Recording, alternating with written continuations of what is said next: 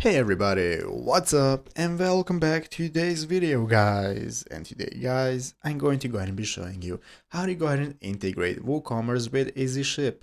This is a very simple thing to do, so make sure to watch this quick and easy video till the very end, follow my steps correctly so you can make sure this works the same for you and you can do this yourself. But yeah guys, let's get straight into it.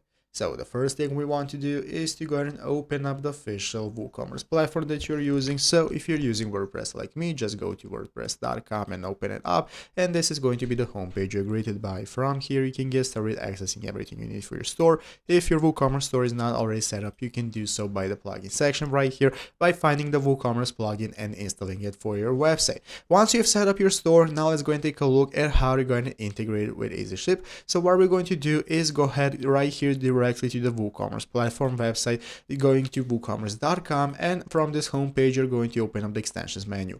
This is going to open up this extensions marketplace from where we can go ahead and find an Easyship extension that we need to use by using the search bar right here and searching for Easyship.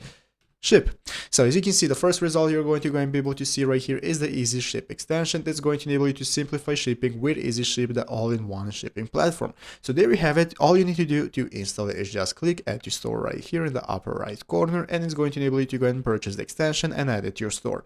Once you've added it, you can go back to WordPress and install the plugin directly, connect by following the steps directly from the extension itself once you open up, and go ahead and connect these two platforms and integrate it one to another, and that is how it's done. So I hope this video was helpful. If it was, make sure to leave a like, subscribe to the channel. Thanks for watching, take care, and bye.